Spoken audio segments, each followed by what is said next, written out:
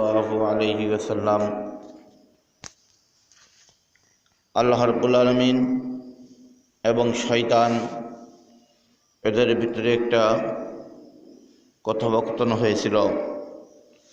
শয়তান বলেছিল যে আল্লাহ, তুমি যেই ইনসান জাতিদেরকে সৃষ্টি করেছ, যাদের কারণে আমি বিতাড়িত শয়তান হলাম, আমিও তাদেরকে দেখব যে কি করে তাদের ভিতরে ধোঁকা দেওয়া যায়।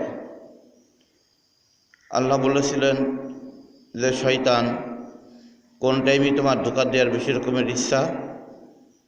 শয়তান টাইম দিয়ে দিলেন। আল্লাহকে বললেন যে আল্লাহ, আমি তোমার বান্দাদেরকে অধিকাংশ সময় আসরের টাইমে আমি বেশি রকমের ধোঁকা দেব এবং বেশি রকম তোমার থেকে গাফিল করে রাখবো আসরের টাইমে। আল্লাহ রাব্বুল আলামিন বললেন যে ওয়াল আসর ইন্নাল ইনসান লাফি খুসর। শয়তান আল্লাহকে বললেন যে আল্লাহ, অবশ্যই আমি মানুষদেরকে, ইন্নাল ইনসানা, অবশ্যই আমি মানুষদেরকে লাফিল খুসর, বেশি রকমের ক্ষতিগ্রস্তর ভিতরে আসরের টাইম করে দেব। আল্লাহ রাব্বুল আলামিন বললেন যে শয়তান, তুমিও শুভ সংবাদ শোনো, ইল্লাল্লাযিনা আমানু, আমার যেই সমস্ত ঈমানওয়ালা বান্দারা রয়েছে তাদের কাছে তুমি কখনো যেও না, তাদেরকে তুমি ধোঁকা দিতেও পারবা না। ঈমানওয়ালা কারা? ওয়াতাওয়াসাউ বিল হাক্কি ওয়াতাওয়াসাউ বিস সবর, যারা হকের উপরে সর্বক্ষণ সর্বসময় অটল রয়েছে এবং ধৈর্য ধারণ করে, এদের কাছে কখনো যেও না। আর ওয়াতাওয়াসাউ বিল সবর ওয়াল জান্নাহ, আল্লাহ বলেছেন যে ব্যক্তি সবর করবে, যে ব্যক্তি ধৈর্য ধারণ করবে, তার বিনিময়ে আমি আল্লাহ রাব্বুল আলামিন তাকে জান্নাত দান করে দেব, একটা জান্নাতকে উপহার দিয়ে দেব, সে বিনি হিসেবে জান্নাত যাবে।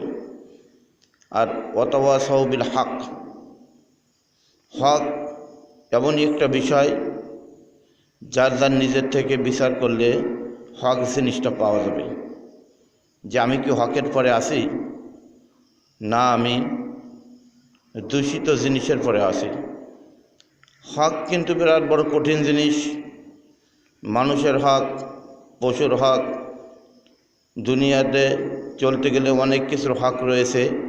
এই হকের দিকে আমাদের লক্ষ্য করতে হবে। শুধু নামাজ পড়লাম আর রোজা রাখলাম, ইবাদত করলাম, এতে কখনো হবে না। ওয়াতাওয়াসাউ বিল হাক্কি, হকের দিকে হয়ে আমাদের চলতে হবে, হক আমাদের বুঝতে হবে, হক আমাদের জানতে হবে এবং ধৈর্য ধারণ করতে হবে। ওয়াতাওয়াসাউ বিল সবর, আর যখন নাকি আমরা কী করব, ধৈর্য ধারণ করব, ওয়াল জান্নাহ, আল্লাহ আমাদেরকে জান্নাত দিয়ে দেবেন। তাহলে আমাদের আল্লাহ রাব্বুল আলামিন সব কিছুই কোরআনের ভিতরে আমাদেরকে অবতীর্ণ করেছেন। কোরআনকে আমাদের দিয়েছেন চলার জন্য একটা পথ, এই পথ অনুযায়ী যেন আমরা চলতে পারি। আল্লাহ তৌফিক দান করুক, আমিন।